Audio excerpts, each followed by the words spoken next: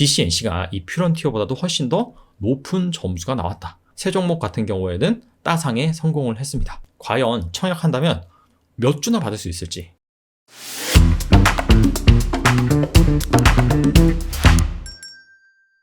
금일 두 종목이 수요 예측 결과를 발표를 했습니다. 극과 극으로 나뉘었는데요. 두 종목은 다음 주 월화 동시에 청약을 진행을 합니다.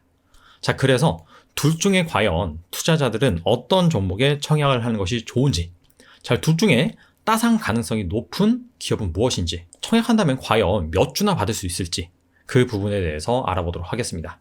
노을은 유전자 진단 검사 플랫폼 기업입니다. 약간 좀 회사명과 매칭이 잘 안 돼요. 쉽게 말하면은 최근에 화두가 되고 있는 진단 키트, 이 진단 검사 관련된 기업이다라고 보시면 됩니다. 공모가는 10,000원으로 확정이 되었습니다. 근데 원래 희망 공모가 밴드 범위가 13,000원에서 17,000원이었어요.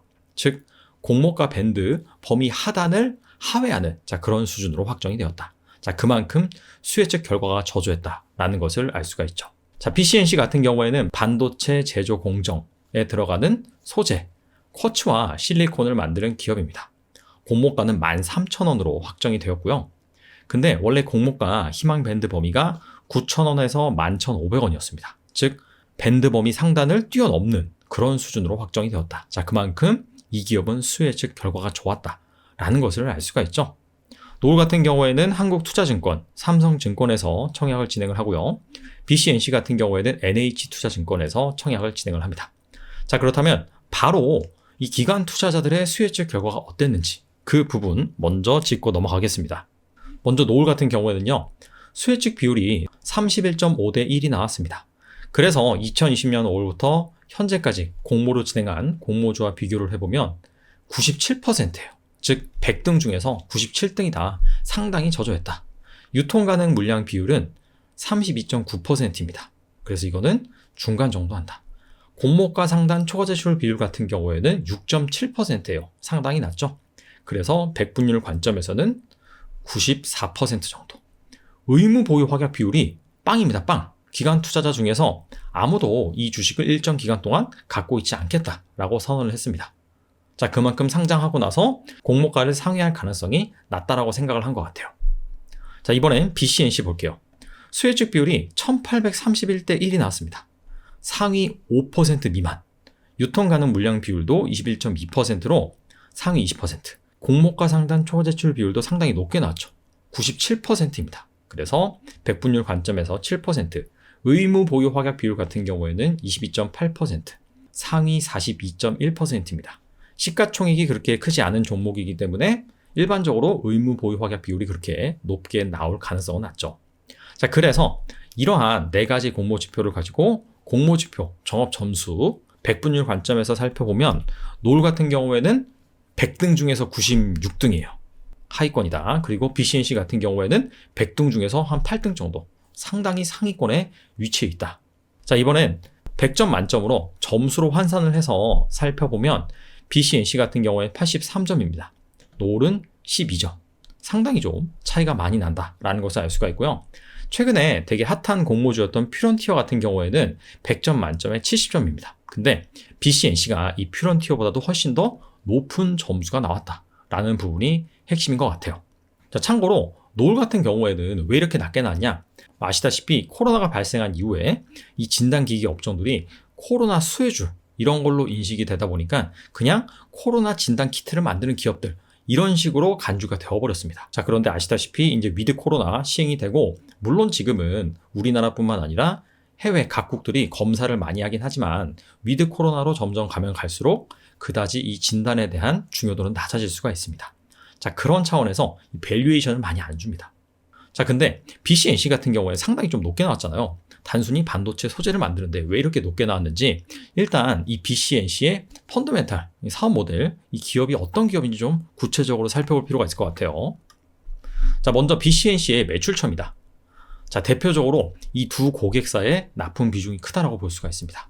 먼저 SK하이닉스, 그 다음에 아이마켓 코리아, 세메스가 나오는데 이 두 곳을 통해서 최종적으로 삼성전자에 납품을 한다. 즉 SK하이닉스와 삼성전자가 주요 고객사다. 우리나라 이 메모리 양대 산맥을 고객사로 두고 있다라고 볼 수가 있습니다. 근데 대부분의 국내 반도체 소재 재료 업체들은 양 고객사에 납품을 합니다. 그래서 이 부분에 있어서는 뭐 크게 메리트가 있다라고 보기는 힘들 것 같아요. 자, 근데 이 최근에 이 글로벌 반도체 기업들의 주가를 보시면은 왜 BCNC가 높은 밸류를 받았는지 어느 정도 해석이 가능합니다. 자, 왼쪽 그래프는 필라델피아 반도체 지수입니다. 글로벌 반도체 기업들의 주가를 가지고 지수를 산출한 겁니다. 반도체가 크게 메모리 반도체, 시스템 반도체 두 가지로 나뉘죠. 시장 규모를 따져봤을 때 메모리 반도체가 한 3분의 1 정도, 시스템 반도체가 3분의 2입니다. 시스템 반도체 시장이 훨씬 더 크고요. 즉, 이 시스템 반도체 시장에서 주도권을 쥐고 있는 기업들이 대부분 미국, 팹리스 업체들입니다.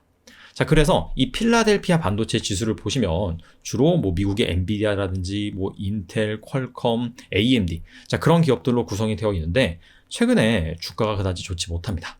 자, 근데 메모리 반도체 업체의 가장 대표적인 격이라고 볼 수 있는 SK하이닉스 주가를 보시면은 상당히 좋죠.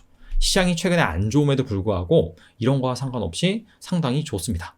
뭐 삼성전자는 파운드리도 하고 메모리도 갖고 있기 때문에 이 필라델피아 반도체와 SK하이닉스의 중간 정도라고 보시면 될 것 같아요. 지금 메모리 업황이 그만큼 좋다는 겁니다. 오늘 이런 기사가 나왔어요. 마이크론도 대표적인 메모리 반도체 업체죠. 낸드 플래시 계약 가격을 최대 18% 정도 인상을 한다라고 밝혔습니다. 이게 현물 가격이 계속해서 상승을 했기 때문에 그런 것들을 반영을 해서 이 고정 거래 가격이라고 하죠. 이 부분을 그만큼 인상을 했다.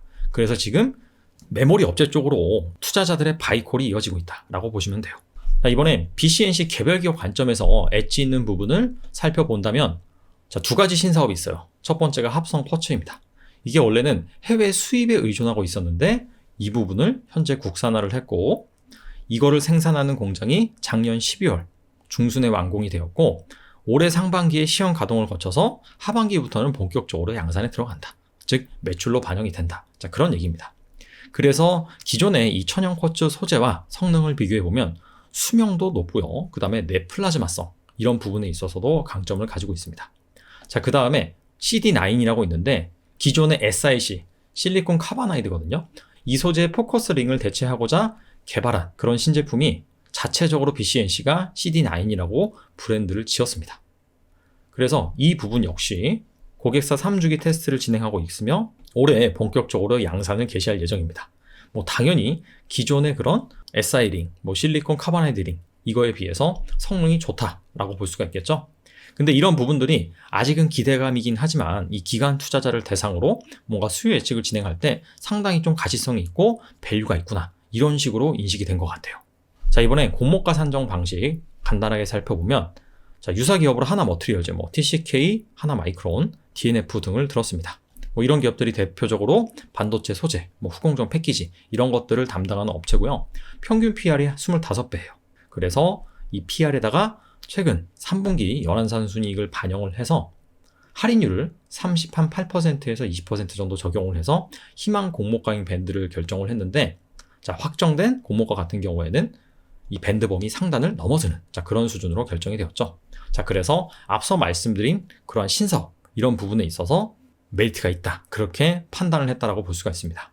자, 그렇다면 앞서서 이 수요 예측 결과를 바탕으로 공모지표 종합 점수 살펴봤는데 이 BCNC와 유사한 공모지표 종합 점수가 자, 그런 기업들이 상장하고 나서 어떤 퍼포먼스를 기록을 했는지 살펴보겠습니다.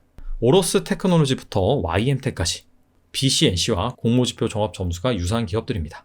딱 보시면 샘CNS 단 한 종목을 제외하고는 시가가 공모가 대비 더블로 시작을 했습니다. 그리고 그 중에서 세 종목 같은 경우에는 따상에 성공을 했습니다. 그래서 이런 것들을 감안을 해봤을 때 BCNC 역시 더블이라든지 그리고 정말 잘한다면 따상까지도 노려볼 수 있는 종목이다 라고 볼 수가 있습니다. 단 예외도 있죠. 샘CNS 같은 경우에는 오히려 시가가 이 공모가보다 다소 낮게 형성이 되었어요. 물론 종가 같은 경우에는 상한가를 기록하긴 했는데 아니 이 종목은 왜 이렇게 공모지표 종합 점수가 높음에도 불구하고 저조했느냐. 샘CNS가 상장할 당시에 이 공모 시장이 별로 안 좋았습니다. 그 부분이 첫 번째다라고 볼 수가 있고 사실 두 번째 같은 경우에는 딱히 설명할 수 없는 부분이긴 한데 자, 그만큼 주식에는 100%가 없다라고 생각하시면 될 것 같아요. 자, 무조건 더블 간다, 따상 간다, 좋을 것이다. 그런 거는 장담할 수 없다. 이런 예외도 얼마든지 발생할 수 있다. 자, 그런 관점에서 보시면 될 것 같고, 자, 그나마 좀 보완되게 볼 수 있는 지표는 무엇이냐? 자, 청약 경쟁률이 얼마나 화끈하게 잘 나오냐? 그 부분이 상장하고 나서 이 긍정적인 퍼포먼스를 낼지 말지 그 부분에 영향을 미칠 수가 있습니다. 자, 너무 BCNC만 살펴봤죠. 자, 노을 같은 경우에 공모지표 종합점수 상당히 저조했는데, 자, 그렇다면 기대 수익률은 얼마인지 자, 간단하게 한번 살펴보면 젠큐릭스부터 에드바이오텍까지 자, 이 기업들이 노을과 공모지표 종합점수가 유사한 기업들이에요. 자, 근데 딱 보시면 파란색이 더 많죠. 이 파란색은 무엇이냐? 공모가 대비 시가, 종가 상승률이 마이너스였다. 즉 상장하고 나서 공모가보다 안 좋은 케이스가 더 많았다라는 것입니다. 그래서 이 노을 같은 경우에 내가 정말 기업 가치를 보고 장기 투자하는 그런 투자자가 아니라면은 제 생각에는 이 청약 단계에서 굳이 청약을 할 필요가 있을까 생각이 됩니다. 자, 그렇다면 BCNC 과연 청약한다면 몇 주나 받을 수 있을지 그 부분에 대해서 알아보겠습니다. 자, 먼저 예상 균등 배정 수량입니다. 일반 투자자 이 청약 배정 수량이 75만 주입니다. 그래서 50% 균등 배정 주식 수를 구해보면은 37만 5천 주예요. 근데 NH투자증권에서 청약을 진행을 합니다. 그래서 최근에 이 NH투자증권에서 청약을 진행한 종목, 자, 그 중에서 이 공모지표 종합점수가 높았던 기업들 살펴보니까 지오 엘리먼트밖에 없어요. 이 NH투자증권이 청약시장에 자주 등장하긴 했으나 뭔가 이 개별 기업 관점에서 상당히 인기가 있는 공모주를 진행한 적은 거의 없더라고요. 그래서 가장 최근이 지오 엘리먼트이고 이때 당시에 청약 건수가 36만 4,913건이었습니다. 그래서 예상 균등 배정 주식수를 지오 엘리먼트 당시의 예상 청약 건수로 나눠주면은 1.03주가 나옵니다. 근데 요즘 이 공모 시장으로 더 많이 몰리고 있죠.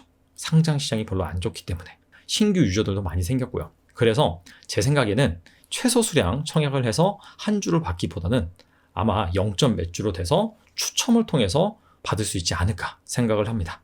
자, 이번에는 예상 비례 한 주당 청약 증거금이 얼마나 필요할지 자, 그 부분을 살펴보도록 하겠습니다. 자, 앞서서 BCNC와 공모지표 종합점수가 유사한 기업들, 자, 그 중에서 공모 규모가 유사했던 자, 그런 기업들을 추려봤어요. 그래서 NCS부터 YMT까지가 있는데 이 기업들의 이 청약 경쟁률을 평균을 내보니까 2253대 1이 나옵니다. 그래서 이걸 바탕으로 청약 증거금을 계산하니까 약 한 11조 정도 몰릴 것으로 예상이 되고요. 자, 그렇다면은 비례 한 주당 얼마의 청약 증거금이 필요하냐? 약 3천만 원 정도가 필요합니다. 근데 이것도 이 과거를 바탕으로 계산한 수치이기 때문에 아시다시피 요즘에 워낙 또 자금이 많이 몰립니다. 제 생각에는 최소 3천만 원이고 아마 한 4천만 원 그 정도까지도 생각하실 필요는 있다. 정리를 해보겠습니다. 노을, BCNC 둘 다 다음 주부터 청약을 진행을 하는데 BCNC의 청약 매력이 압도적이다. 그리고 최근에 상당히 핫했던 이 퓨런티어의 매력을 상회를 한다.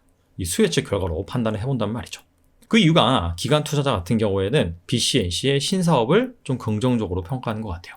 그리고 최근 흐름이 이 메모리 반도체 쪽이 상당히 좋습니다. 그런 부분도 아무래도 수혜책 결과에 긍정적으로 작용하지 않나 생각을 해봅니다. 그렇다면 BCNC 균등 배정 주식수는 과연 몇 주 정도 될 것이냐?